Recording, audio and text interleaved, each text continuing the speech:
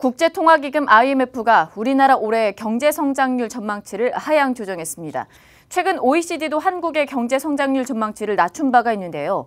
경제 저성장 국면으로 접어들지는 않는지 우려가 폭증되는 가운데 한국 경제성장률 하락의 원인과 대안에 대해서 강민경 기자와 살펴보도록 하겠습니다.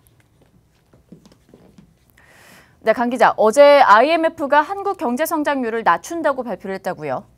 네, 그렇습니다. 네네. IMF는 현지 시각 9일 우리나라 올해와 내년 경제 성장률 전망치를 모두 하향 조정했습니다. 네. 내년 경제 성장률 전망치도 2.9%에서 0.3%포인트 내린 2.6%로 하향 조정이 됐고, 올해 경제 성장률은 기존 3.0%에서 0.2%포인트 내린 2.8%로 수정이 됐습니다.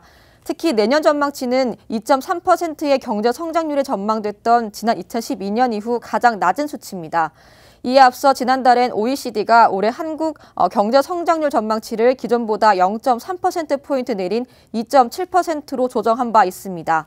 한국은행과 정부는 올해 우리나라 경제 성장률을 2.9%로 바라봤었는데요.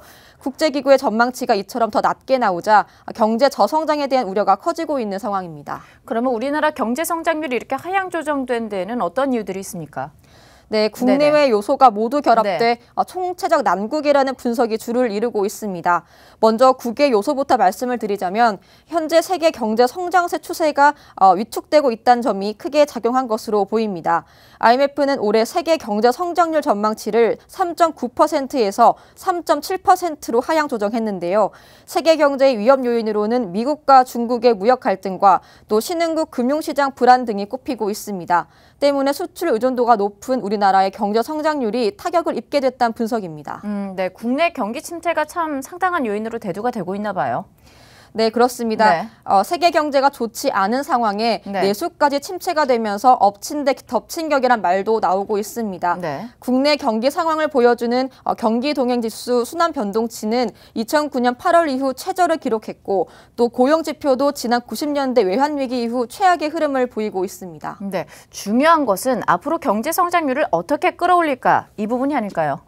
네, 그렇습니다. 전문가들은 장기적인 경제 성장을 위해선 생산 기술 및 생산성 향상과 같은 공급 측면이 중요하다고 강조합니다. 과거 우리나라는 자본 축적을 통해 고성장을 달성해왔지만 지속적인 자본 축적에 따라 한계 생산 체감이 발생해 자본 축적 효과가 점차 감소하고 있어 잠재 성장률을 높이기 위해선 기술 발전을 통한 생산성 향상이 필수적이라는 주장입니다. 정부가 내세우는 경제 정책 중 하나인 혁신 성장과도 비슷한 뉘앙스인데요. 문제는 현재 시행 중인 정책의 방향과 또 강도가 엇나가고 있다는 점입니다. 김소영 서울대 경제학부 교수와의 인터뷰 들어보시겠습니다. 구체적인 정책 문제는 너무 산업 정책을 많이 하는 느낌이 좀 있고요. 산업 정책이라는 게 특정 산업이나 특정 기업, 특정 기술 같은 거 중심으로 일단 돈을 많이 쓰자는 거 아니에요, 그쪽으로. 근데 그 부분은 뭐 어떻게 보면 상당히 위험할 수도 있고요. 정부가 정해서 이제 돈을 주는 건데 정부가 뭐 아주 잘 알고 있으면은 정확히 주겠지만 뭐 그렇지 않다면은 뭐 자의적일 수 있기 때문에. 그러니까 어떻게 보면 우리 시장 경제 원칙에 좀 맞지 않을 확률이 굉장히 있어요.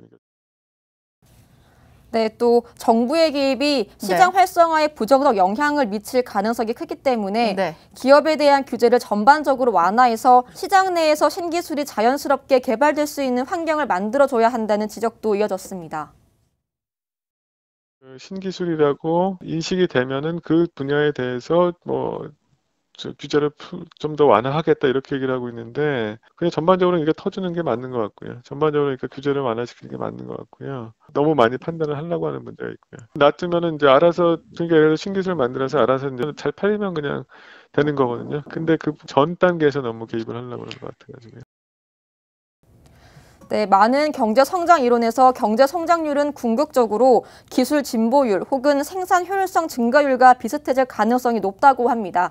따라서 향후 어떻게 기술 발전 속도를 높여서 생산성을 향상시킬 수 있을지가 한국 경제 성장의 중요한 관건으로 떠오를 전망입니다. 네, 세계 경제 침체와 또 내수 비활성화 두 가지 문제에 대해서 산적한 이 한국 경제 전망과 대안들에 대해서 함께 살펴봤습니다. 지금까지 강민경 기자와 함께했습니다.